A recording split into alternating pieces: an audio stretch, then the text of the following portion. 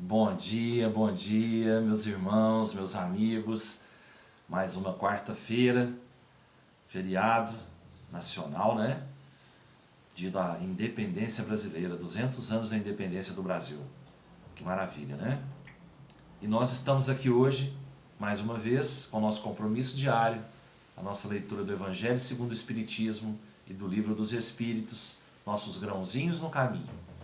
E hoje o Evangelho traz para a gente o capítulo 7, Bem-aventurados os pobres de espírito, nas instruções dos Espíritos, o orgulho e a humildade.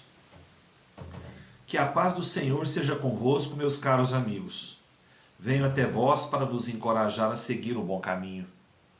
Aos pobres espíritos que antigamente habitavam a terra, Deus dá a missão de vir vos esclarecer. Bendito seja pela graça que nos concede em poder ajudar o vosso adiantamento. Que o Espírito Santo me ilumine e me ajude a tornar minha palavra compreensível e que me conceda pô-la ao alcance de todos. Todos vós encarnados que estais na dificuldade e procurais a luz, que a vontade de Deus me ajude para fazê-la brilhar aos vossos olhos. A humildade é uma virtude bem esquecida entre vós. Os grandes exemplos que vos foram dados são bem pouco seguidos, e todavia, sem a humildade, podeis ser caridosos para com o vosso próximo? Oh, não, porque esse sentimento nivela os homens, diz-lhes que são irmãos, que devem se entreajudarem e os conduz ao bem. Sem a humildade, vos adornais de virtudes que não tendes, como se trouxesseis um vestuário para esconder as deformidades de vosso corpo. Recordai aquele que nos salva. Recordai sua humildade, que o fez tão grande e o colocou acima de todos os profetas. O orgulho é o terrível adversário da humildade.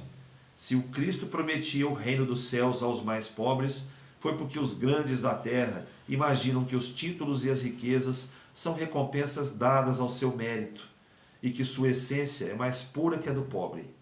Eles creem que lhes são devidos e por isso, quando Deus los retira, acusam-no de injustiça. Ó irrisão e cegueira! Deus vos distingue pelos corpos? O envoltório do pobre não é o mesmo que o do rico? O Criador fez duas espécies de homens?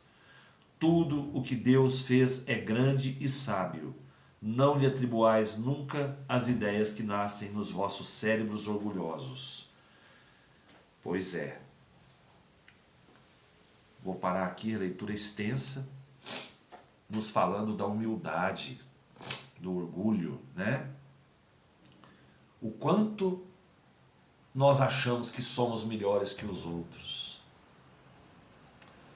Ninguém é melhor que ninguém nessa terra. Ninguém é mais que ninguém nessa terra.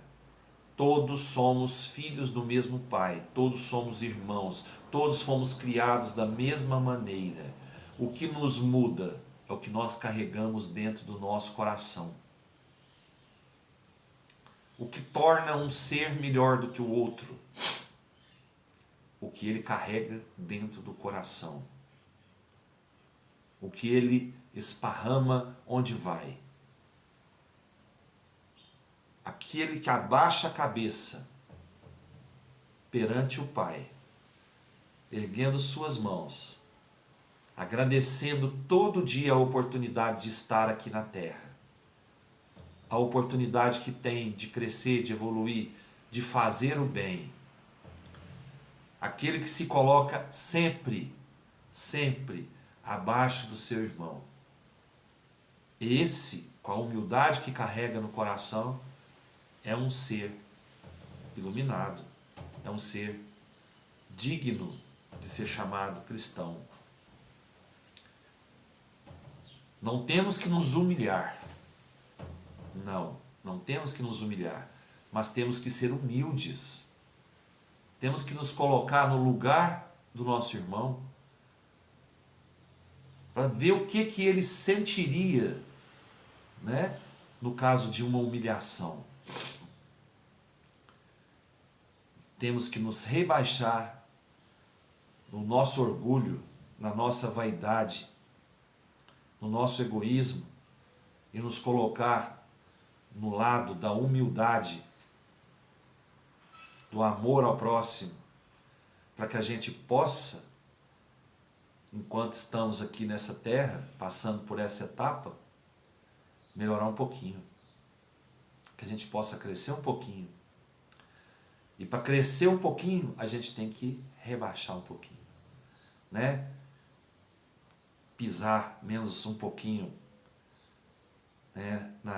Naquilo que a gente julga ser o ótimo, né? A gente julga ser a última bolachinha do pacote.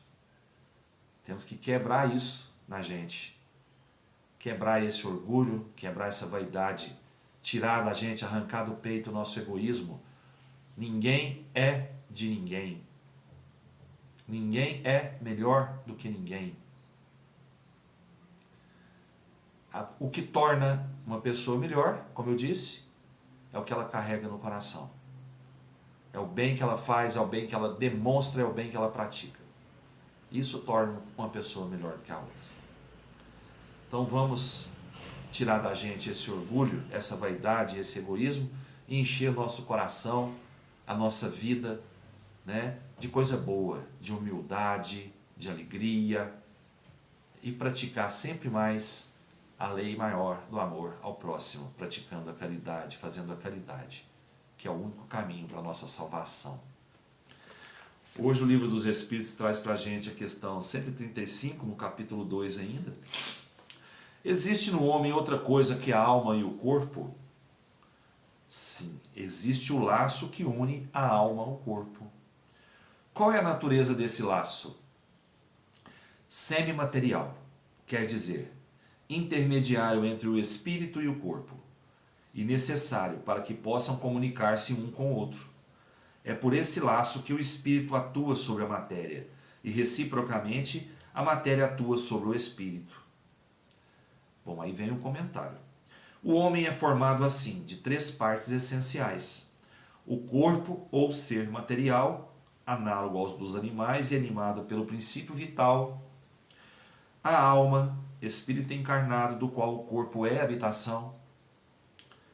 O princípio intermediário ou perispírito, substância semimaterial que serve de primeiro envoltório ao espírito e une a alma ao corpo. São como, num fruto, o germe, o perisperma e a casca. Então está explicado. Todos nós, toda a nossa matéria, o nosso corpo, para comunicar-se com a nossa alma, que é o nosso espírito encarnado, como nós falamos ontem, tem um elo. Tem um elo. E esse elo se chama perispírito, que reveste o nosso corpo e que permite a comunicação do espírito, da alma, com a matéria.